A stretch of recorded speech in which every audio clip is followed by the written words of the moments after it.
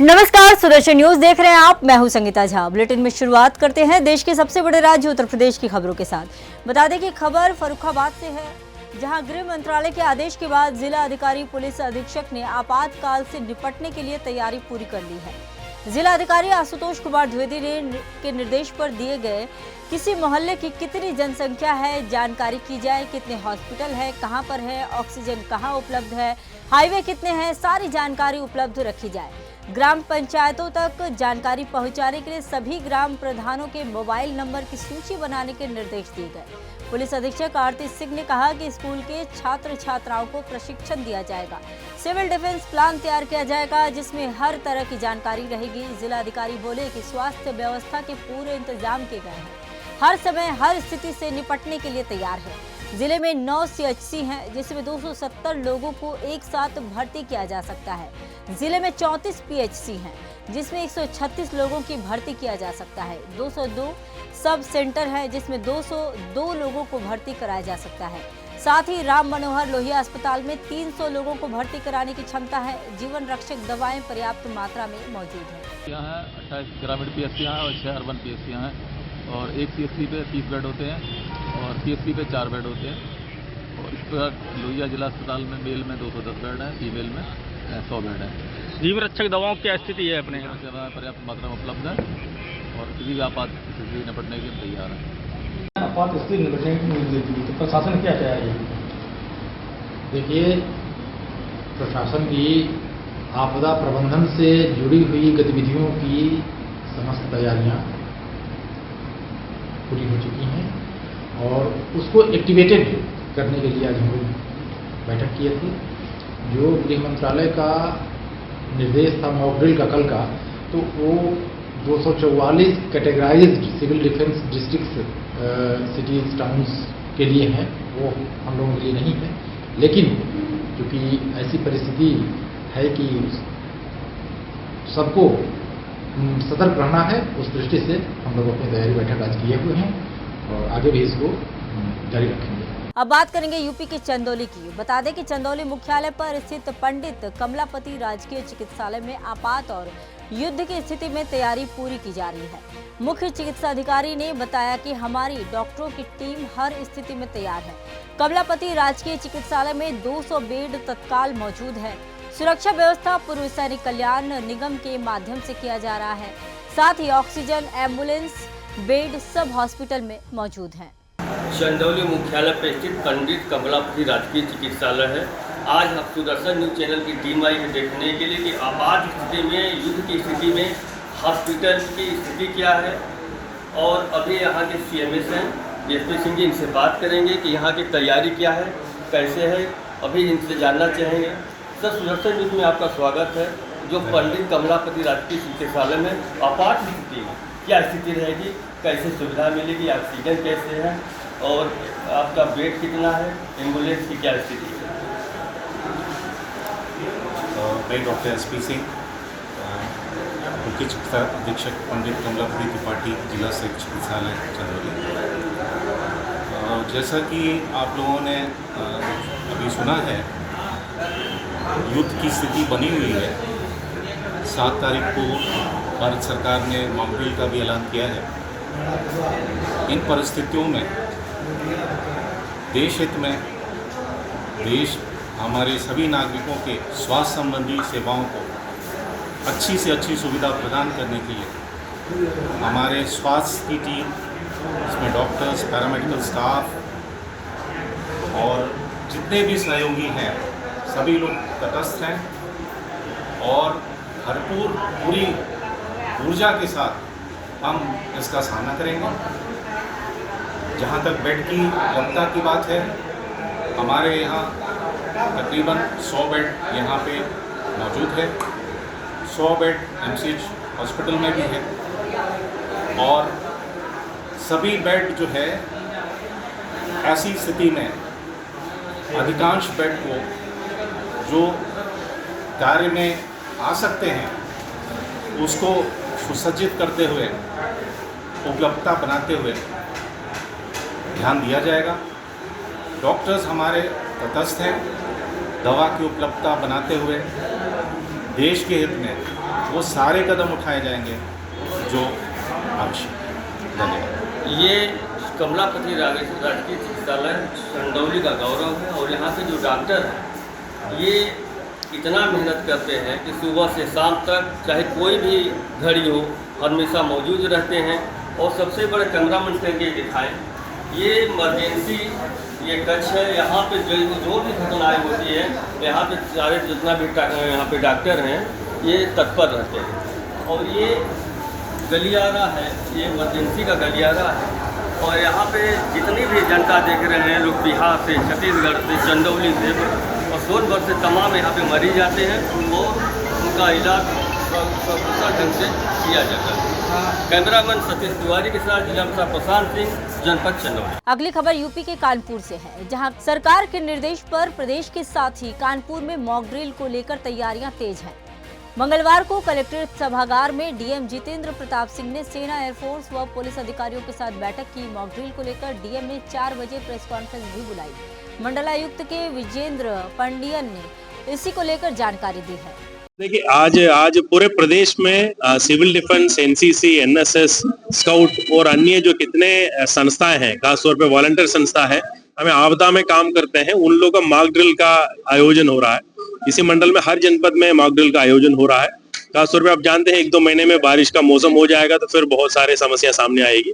उसी का अलर्ट में रखने के लिए आज मॉक ड्रिल हो रहा है, ताकि उसके साथ साथ सारे विभाग का समयोजित एक कोऑर्डिनेशन हो जाता है। खासतौर पे जो फायर डिपार्टमेंट के साथ, बिजली विभाग के साथ, जो सिंचाई विभाग के साथ और जिला प्रशासन के साथ, पुलिस विभाग के साथ सब मिला करके एक ड्रिल चल रहा था। एक तरफ से एक तैयारी का मीटिंग है, हम 1-2 महीने पहले कर रहे हैं ताकि हमारा जो सामग्री कितने चाहिए रेस्क्यू करने के लिए, कौन सी जगह किसको एड्रेस करना है, क्या समस्या आ सकती है, वो सबको ड्रिल हो रहा है। पूरा प्रदेश में ड्रिल होगा, वो शाम तक आपको बता रहा हूँ। देखिए इसपे मैं जो बताया था ना, लगभग 15 एजेंसी इस पे शामिल है। एनडीआरएफ है, एसडीआरएफ है, स्काउट है, सिविल डिफेंस है, एनसीसी है, एनएसएस है, पुलिस प्रशासन है और नगर विकास प्रशासन है, फिर जो जिला प्रशासन, सब लोग मिलाते हुए एक ड्रिल करते हैं। उसको सबको अपने अपने एक तरफ से कंट्रीब्यूशन होता है। मान लीजिए यदि बाढ़ आ गया तो फिर बाढ़ के समय में जो रेस्क्यू कौन करेगा, और रेस्क्यू करने के लिए जो मान लीजिए फॉर एग्जांपल मान लीजिए एसडीआरएफ के पास जो उसका गोताखोर होते हैं और उसको रेस्क्यू करने के लिए स्विमर्स होते हैं, कितने लोग अवेलेबल है जनपद में, और उसके बाद रेस्क्यू करने के बाद कहाँ ले आएंगे, फिर वहाँ जो मान लें बाढ़ चौकी कहाँ बनेगी, उसका सामग्री कहाँ होगा, इसी टाइप का पूरा एक डिटेल ड्रिल होता है और हर जनपद में हो रहा है उसको, ताकि एक डिटेलिंग हो जाएगी। इस पे कमियां जो भी होता है तो 1-2 महीने पहले हम प्रिपेयर हो जाएंगे, ताकि असली जो बाढ़ का ऐसे जैसे आपदा हो जाता है उस पर हम तैयारी के साथ रहेंगे। एग्जैक्टली से आई हुई है ये, मान लें एक तरफ से पूरे प्रदेश में हर जनपद में हो रहा है, केवल पूरे प्रदेश में नहीं पूरे देश में हो रहा है, उस पर हम इसी मंडल में कर रहे हैं। देखिए उसमें डीएम महोदय द्वारा विस्तृत एक मीटिंग की गई है, उसमें दिशा निर्देश स्पष्ट रूप से अधिकारी को दिए गए हैं। जहां तक हमारे विभाग की बात है तो हमारे जनपद में जितने भी फायर स्टेशन हैं, 10 फायर स्टेशन अलग अलग तहसीलों में हैं, और जितने भी अग्निशमन विभाग जो बाकी उद्योगों में जितने रिसोर्सेज हैं तो उनको भी हम वेल प्रिपेयर्ड रखेंगे, जो हम मॉकड्रिल में भी यूज कर पाएं और किसी भी आपातकालीन परिस्थिति में हम लोग यूज करें। तो उसी के विशिष्ट निर्देश डीएम सर द्वारा दिए गए। कितने बजे मॉकड्रिल की शुरुआत होगी? टाइम वगैरह को भी सर्कुलेट किया जाएगा डीएम सर द्वारा, और जैसे भी होगा आप लोगों को। फायर विभाग किस प्रकार का मॉकड्रिल? फायर विभाग मॉकड्रिल में उस तरह से रहेगा जैसे भी कोई मतलब इस तरह के कुछ अगर इवेंट्स होती हैं तो उसमें किस तरह से फायर फाइटिंग करी जाएगी, किस तरह से इवैक्यूएशन रेस्क्यू किया जाएगा, उसमें पूरा उस तरह का एक पूरा सिनेरियो जनरेट किया जाएगा। पूरा टीम है वो तो पूरी नहीं, अब उसका तो निर्णय जो ऊपर उच्च अधिकारी बोलेंगे, हमारा जो जनपदीय विभाग है उसके हिसाब पूरा हो जाएगा। तो चलिए अब बात करते हैं मथुरा की। बता दें कि मथुरा के छाता थाना में लव जिहाद का मामला सामने आया है, जहां एक मुस्लिम लड़के ने शाहरुख जिसका नाम है उसने हिंदू नाबालिग लड़की को भगा ले गया, और यह मामला सामने आते ही लड़की के माता पिता का रो रो कर बुरा हाल है। सैकड़ों लोग इस मामले को लेकर थाना छाता पहुंचे, जहां पुलिस को इसकी पूरी घटना की जानकारी दी, और साथ ही शिकायत करते हुए लड़की के पिता ने बताया कि शाहरुख के पुत्र जमील हमा ने उसकी बेटी को सुबह करीब 4:30 पर शौच के बहाने भगा ले गया, जहां काफी देर तक तलाश करने के बाद भी युवती का पता नहीं चल पाया। वहीं उन्होंने धर्म परिवर्तन और बच्ची के साथ गलत कृत्य करने की आशंका भी जताई है। पुलिस फिलहाल मामले की जांच कर रही है। वो लड़की लेके भागो साहब, वो छोरा नाम जो कासार रुके का नाम है, कहाँ का रहने वाला है सर? उम्र आएगा जी, ये कब की घटना है? कब? 36 घंटा हो गए। कितनी उम्र होगी लड़की की? लगभग 17 तक भीतर ही भीतर है। नाबालिग है। तो आपने अभी थाने में प्रार्थना पत्र दिया है? अब देवे आए हैं जी, अब देवे आए हैं। क्या कहा है कोतवाल साहब ने? है जी, क्या कहा है कोतवाल अब साहब? बच रहे साहब। अब तो लड़की नाबालिग थी, लड़का तो ऐसा का बालिक हो भला सियान हो पता होना पता चार बालिक है वो तो। आप तो लड़की के घर वालों से कुछ कहा है संबंध में? है जी, लड़के के घर वालों? हाँ कहा है, वो तो अकली वकली दें या कोई सुनाई ना करे। यानी कि लड़का मोमडन है? हाँ, मोमडन लड़का गांव से लड़की लेके भाग गया? बिल्कुल भागो। नाबालिग लड़की? हाँ, नाबालिग। अब आप क्या चाहते हैं? अब FIR कर रहे हैं साहब, लड़की चाहे, हम तो लड़की चाहे, लड़की आनी अभी तक आपने थाने को सूचना नहीं दी? वो उनके पीछे पड़ते रहे, लड़की भगा दो साहब, लड़की भगा दो। ढूंढने की कोशिश की? अब हम उन्होंने करी ना करी, कहाँ पता पड़ा है तो साहब नहीं मिले हैं वो। एक लड़की को एक लड़का भगा कर ले गया है, उस मामले में हम थाने पे आए हैं। नाबालिग लड़की है, हिंदू की लड़की है, मुसलमान लड़का ले गया है। प्रधान जी, क्या लड़का लड़की साथ पढ़ते थे या? नहीं, कोई साथ में नहीं पढ़ता था। इनके घर भी थोड़ी दूरी पे हैं, बिल्कुल नजदीक नहीं है। पहला फुसला कर ले गया? हाँ जी। ये कितना समय हो गया ले जाए हुए? ले जाए हुए हो गए साहब लगभग 36 घंटे। 36 घंटे से आपने क्या क्या कोशिश की? मतलब गांव वालों ने प्रेशर बनाया कि लड़की को लाके दे दे, लेकिन कोई समाधान नहीं हुआ। जब थाने आए, लड़के के घर वाले क्या कह रहे हैं? लड़के के घर वाले बोल रहे हैं कि हम ढूंढ रहे हैं, मिल नहीं रहा है, वो है, ऐसे बोल रहे हैं। आपको पक्का यकीन है वही लड़का लेके गया है? वो देखा है लोगों ने, वो लड़का रात से गायब है। रात को 11 बजे लड़की लड़का गए, इनको पता पड़ गया रात में, तो इन्होंने प्रयास किया है, लेकिन वो भागने में सफल हो गए। लड़के की कितनी उम्र होगी? लड़के की उम्र लगभग 22 साल के आसपास होगी। लड़की की उम्र 17 साल? लड़की की उम्र 17 साल का। यानी कि लड़की नाबालिग है, लड़का बालिग है। अब बात करेंगे रुपईडीहा की। बता दें कि भारत नेपाल सीमा के रुपईडीहा नेपाल बॉर्डर के मिहिनपुरवा गांव के पास बने अवैध मदरसे पर बुलडोजर की कार्रवाई की गई। मदरसे को बुलडोजर से ध्वस्त कर दिया गया है। ये वही मदरसा है जहां तंत्र मंत्र का काम किया जा रहा था। जांच के दौरान मदरसे को सील कर दिया गया है और दोपहर करीब 3 बजे राजस्व कर्मी व पुलिस की टीम बुलडोजर लेकर पहुंची। इसके बाद मदरसे को बुलडोजर से ध्वस्त कर दिया गया। अगली खबर यूपी के मथुरा शहर से है, जहां जलभराव की स्थिति पर नगर आयुक्त शशांक चौधरी ने बड़ा एक्शन लिया है। यहां सुदर्शन की खबर का बड़ा असर हुआ है। बता दें कि भूतेश्वर से नए बस स्टैंड तक जलभराव से हालात खराब हो चुके हैं। मथुरा नगर में हुई वर्षा के दौरान भूतेश्वर अंडरपास के निचले जलभराव को देखते हुए नगर आयुक्त बरसात पूर्व किए जाने वाले कार्यों का स्थलीय निरीक्षण कर रहे हैं। वर्षा के दौरान जलभराव की समस्या पुनः उत्पन्न न हो, इसी को लेकर नगर आयुक्त शशांक चौधरी द्वारा सहायक नगर आयुक्त एवं क्षेत्रीय स्वास्थ्य अधिकारी के साथ मंगलवार को BSA रोड पर तथा BSA कॉलेज पुलिया का निरीक्षण किया। पूर्ण रूप से हर तरीके से अतिक्रमण को हटाना, नाला सफाई, और वहाँ पे अतिरिक्त रूप से टेंडर से हम सफाई कराना चाहेंगे नाले की, इसके भी कार्रवाई में जैसे आप देख सकते हैं पीछे नाले को रोक करके साफ करने के लिए हमने कट्टे रखे हुए, पीछे बारिश की वजह से काम रुक गया था, तो तत्काल चालू कराने के लिए नीचे की आगे चलते रेलवे थर्ड लाइन डल गई, उसमें इस निर्माण के कारण जो मुख्य नाला है उसको सकरा कर दिया गया, उसकी पाइप डाल दी गई। उसमें रेलवे विभाग से बात की गई, उसको तत्काल रूप से अपना कागज नहीं करना और इसमें बड़ा नाला वहाँ पे बना दें ताकि जो भी एक्स्ट्रा पानी वहाँ से निकले। अभी क्योंकि सकरा कर दिया गया है तो नाले की कैपेसिटी कम हो गई और उसको हम लोगों ने सबने देखा है और विभाग से बात की हुई है और वो उसको करा रहे हैं। साथ ही अतिक्रमण से भी हम लोग जगह जगह पे दुकानदारों ने जहाँ जहाँ अतिक्रमण किया उसको तोड़वा भी, वहाँ पे नाला सफाई भी करा रहे हैं। मुख्य पार्षद और अन्य पार्षद भी हमारे साथ मौजूद हैं, वो भी पूरे इस कार्य में बहुत। बारिश आने वाली है, बरसात की मौसम और ऐसे में बड़ी चुनौती मेल असिस्टेंट का ये फ्लाईओवर रहता है। हाँ देखिए, मैं वही जो यहाँ का एक सबसे पुरानी समस्या है, 2 अंडरपास जो रोड लेवल से कहीं नीचे हैं, 4 से 5 और इस वजह से वहाँ पे पानी भरता है और हम लोग जहाँ पहले कई दिनों तक पानी भरा रहता था, अब हम लोग पंप लगा करके उसको कुछ मिनटों में निकालने में सफल होते हैं, लेकिन कुछ घंटे भी वहाँ पानी ना रुके सके, जिसके लिए हम लोग और तैयारी कर रहे हैं। भीमनगर नाले का प्रस्ताव हमने 90 करोड़ का शासन को भी भेजा है।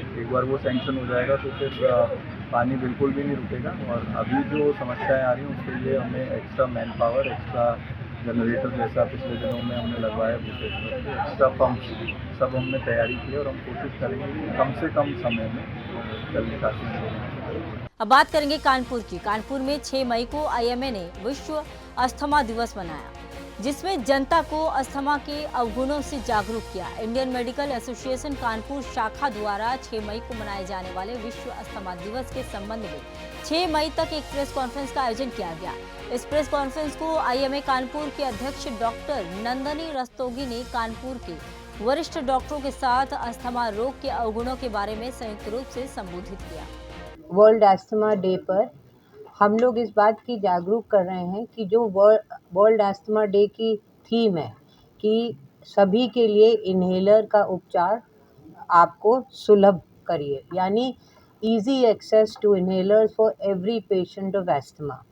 समाज में बहुत बड़ी ये भ्रांति है कि इन्हेलर जो हैं वो सेफ़ नहीं होते, वो एडिक्टिंग होते हैं, लेकिन इन्हेलर हर अस्थमा के मरीज़ के लिए फर्स्ट लाइन थेरेपी है और इसको सही ढंग से लेना, चिकित्सक से सही सीखना और अपने active asthmatic attack, acute asthmatic attack से बचाव करना, ये आज हमारे उद्देश्य है कि हम अपने मरीज़ों में ये समझा सकें। मेरे साथ मुरारी लाल चेस्ट हॉस्पिटल के विभागाध्यक्ष, एक्स विभागाध्यक्ष प्रोफेसर सुधीर चौधरी है, doctor AK Singh Regency hospital के पल्मोनोलॉजिस्ट है, डॉक्टर कुणाल सहाय और डॉक्टर AK मेहरोत्रा हैं। अब बात करेंगे यूपी के रायबरेली की। रायबरेली में जहां गांजा तस्करी के मामले में SP यशवीर सिंह की बड़ी कार्रवाई सामने आई है। बता दें कि केबीट में तैनात उप निरीक्षक समेत 4 पुलिसकर्मी निलंबित कर दिए गए हैं। SP की इस कार्रवाई से विभाग में हड़कंप मच गया है, जहां सभी पुलिसकर्मी ऊंचाहार कोतवाली में तैनात थे। अब बात करेंगे यूपी के फर्रुखाबाद की। बता दें कि भारतीय सेना की सलामती और सुरक्षा के लिए छोटे बच्चे हवन पूजा कर रहे हैं। फर्रुखाबाद में सैनिकों की सुरक्षा और पाकिस्तान के पतन को लेकर सुबह से ही हवन शुरू है। भारत के हमले की खबर के बाद से ही मंत्रोच्चारण के साथ विधि विधान से शांति बनाए रखने के लिए हवन किया जा रहा है। वंदे मातरम, जय भारत, जय सनातन। देखिए, हमारे यहाँ जो हमले का है, क्योंकि कुछ समय पहले पहलगांव में हमारे देश के हिंदुओं का धर्म पूछकर, कपड़े उतरवाकर, उनकी लिंग जांच कर उनको मारा गया। उसी के विपरीत उत्तर देते हुए हमारे देश की सरकार ने हमला किया है और सटीक है, बहुत अच्छा है, उनका मनोबल प्रगाढ़ रहे।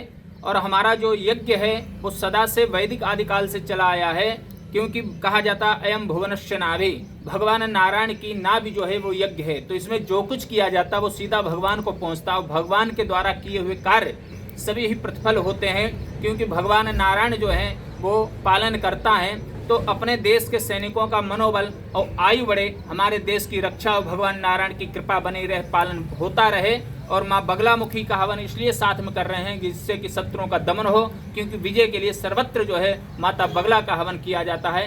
राष्ट्र मजबूत हो, इसके लिए 10वें अध्याय से राष्ट्रचम्य मंत्र के साथ 16वें अध्याय के 32वें मंत्र के साथ राष्ट्र को मजबूत करने के लिए हम हवन कर रहे हैं। अगली खबर प्रयागराज से है। प्रयागराज के संगम तट पर एक अनोखा विरोध प्रदर्शन देखने को मिला।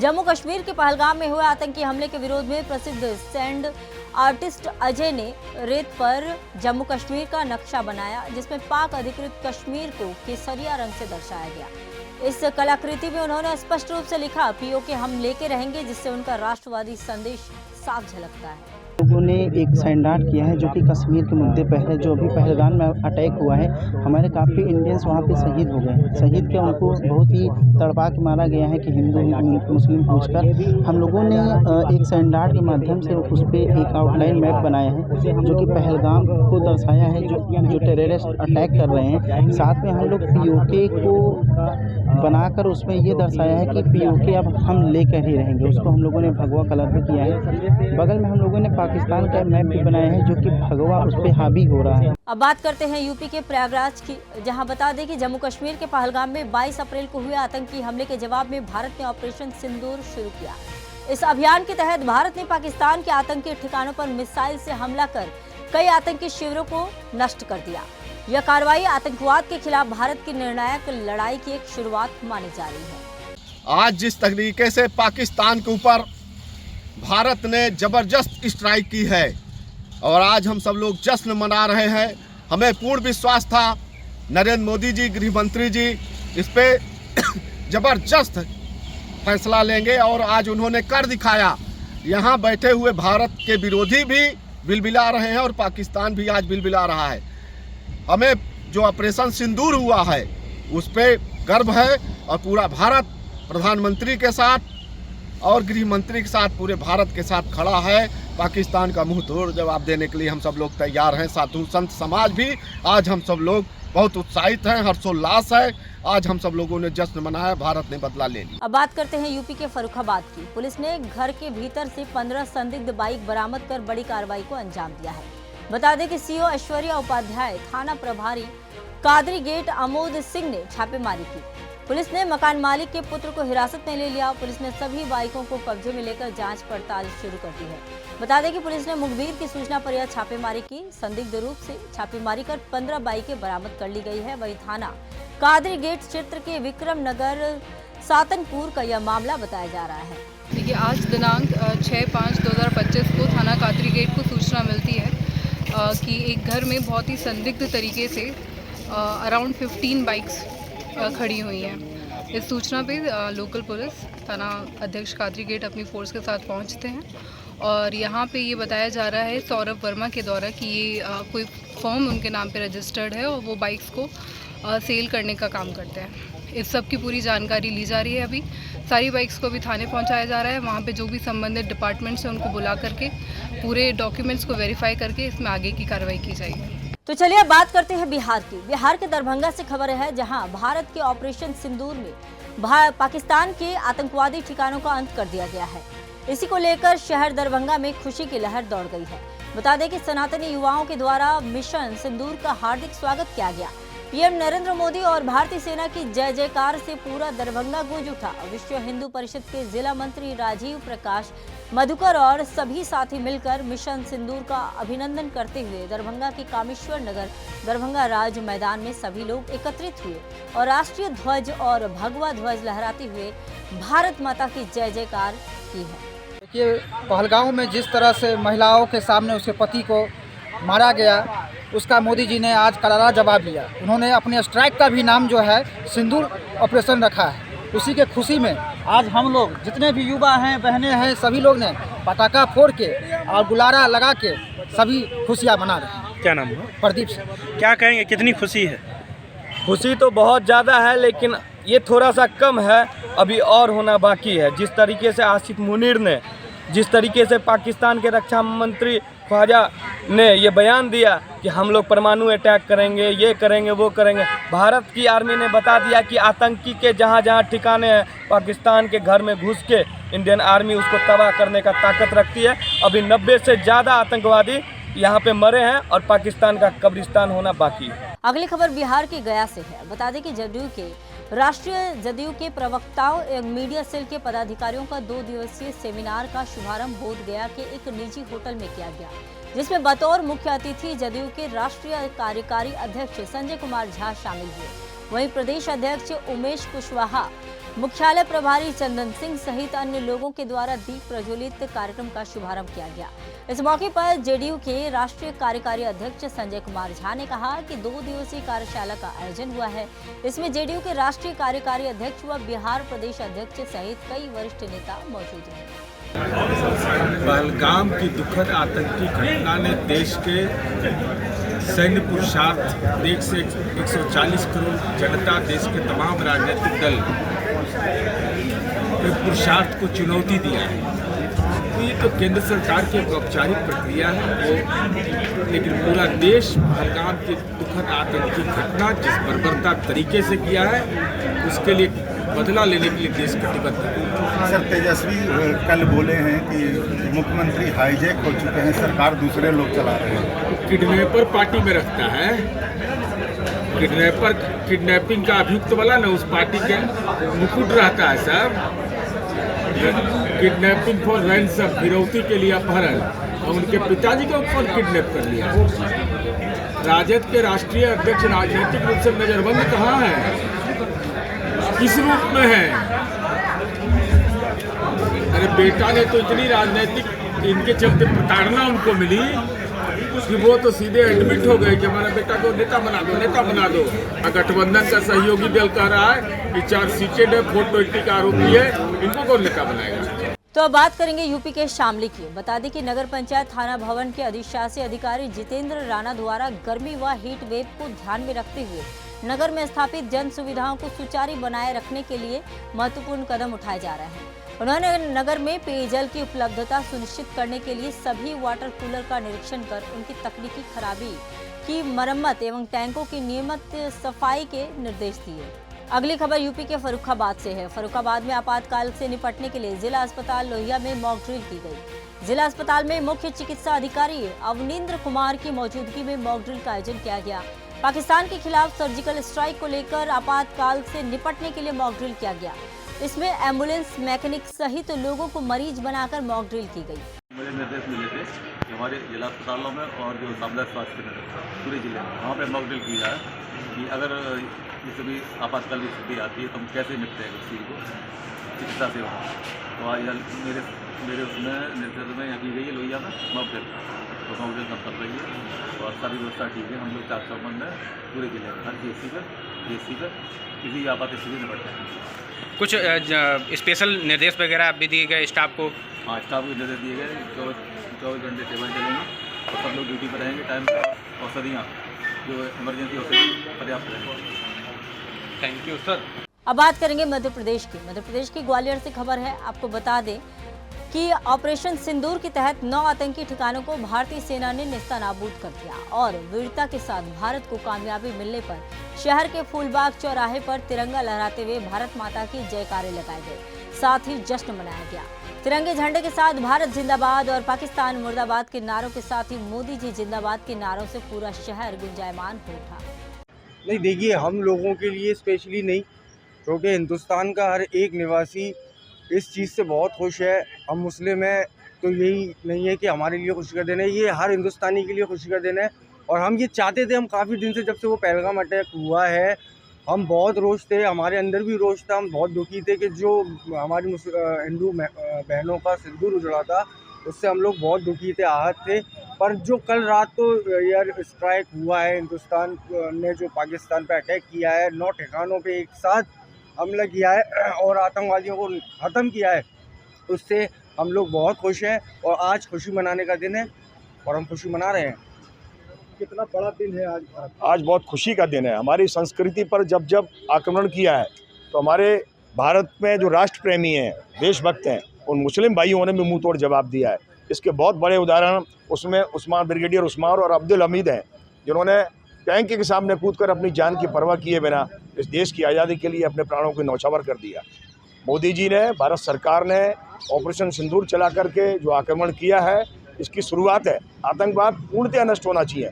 मेरा भारत सरकार से अनुरोध है, जब तक आतंकवाद पूरी तरह से नष्ट नहीं हो जाता, ये निरंतरता इसकी रहना चाहिए, इसको जड़ से उखाड़ देना चाहिए।